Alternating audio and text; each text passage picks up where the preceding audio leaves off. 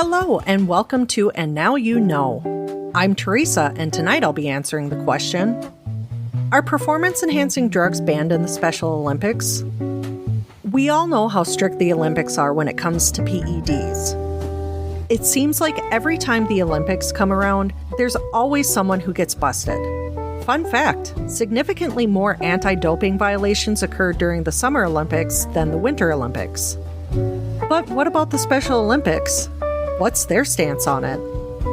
The Special Olympics does have an anti-doping policy. It prohibits the use of performance-enhancing substances to ensure fair play, athlete health, and the spirit of the movement. However, the Special Olympics anti-doping policy is broader and far less punitive than that of the Olympic Games. The Olympics are governed by the World Anti-Doping Agency and involve rigorous routine testing of the athletes. The Special Olympics, on the other hand, self-governs and does not conduct continuous or random testing unless there is a specific reason or suspicion. This difference exists because the Special Olympics primarily serves athletes with intellectual disabilities and emphasizes participation, inclusion, and personal achievement over elite-level competition. It's not about being the best of the best. It's about going out there and showing the world what you're capable of. That being said, they do maintain a low tolerance for clearly banned substances. These include anabolic steroids, stimulants, hormones, diuretics, narcotics, and cannabis, particularly when used outside of legitimate medical guidance. If there is suspicion and an athlete tests positive, the Special Olympics has a somewhat unique approach.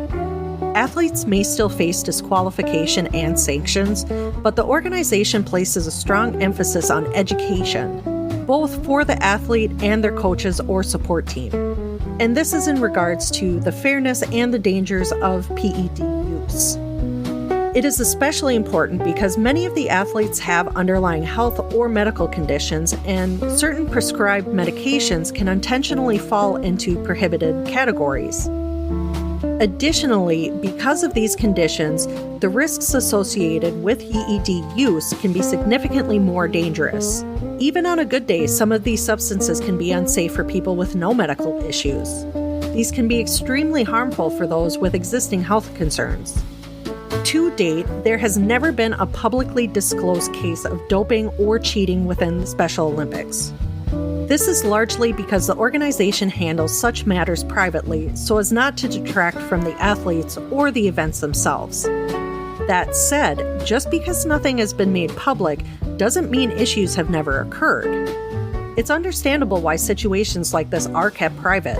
The Special Olympics and its athletes work incredibly hard to make the event about ability, effort, and inclusion, not about who's the most dominant competitor.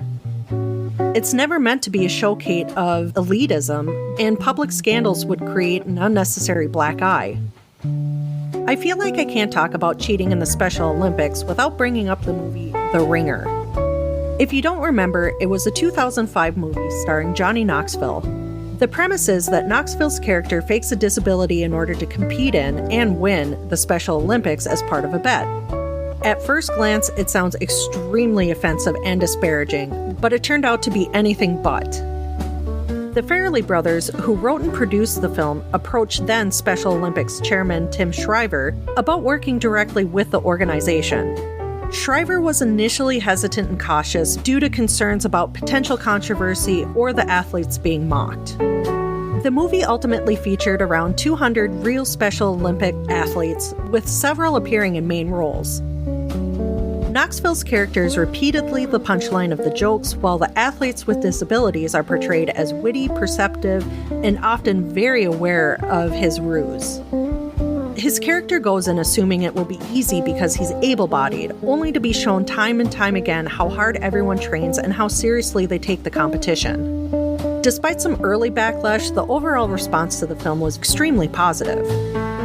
The only real controversy surrounding The Ringer came from the South Park episode Up the Down Steroid.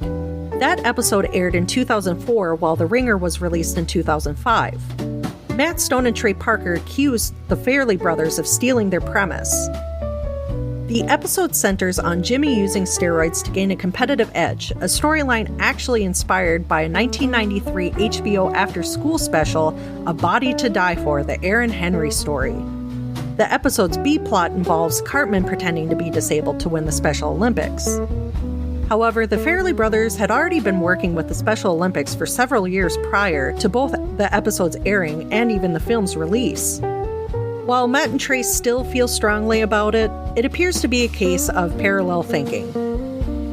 I'd be remiss if I didn't include one final controversy. While the Special Olympics itself remains relatively squeaky clean, the Paralympics have not been immune to scandal. In 2000, one of the largest cheating scandals in Paralympic history occurred at the Sydney Paralympics. The Spanish men's intellectual disability basketball team used 10 able-bodied players who falsified disabilities to win the gold medal. Only 2 members of the team were legitimately disabled. The justification at the time was that a victory would bring more funding and attention to the Spanish Federation. Journalist Carlos Fribo Gorda went undercover, joined the team, and later published an expose in Capital, a Spanish business magazine. In it, he revealed that eligibility requirements were shockingly lax, with psychological and medical testing either falsified or skipped entirely. He also alleged that able-bodied athletes were competing in events like swimming, table tennis, and track and field. As a result, Spain was stripped of its medals. Senior officials within the Spanish Federation for Sports People with Intellectual Disabilities and the Spanish Paralympic Committee were convicted of fraud, and intellectual disability events were temporarily removed from future Paralympics. Those events were later reinstated for the 2012 London Paralympics. If you're interested, ESPN's 30 for 30 documentary Stolen Gold covers the scandal in depth. And now you know.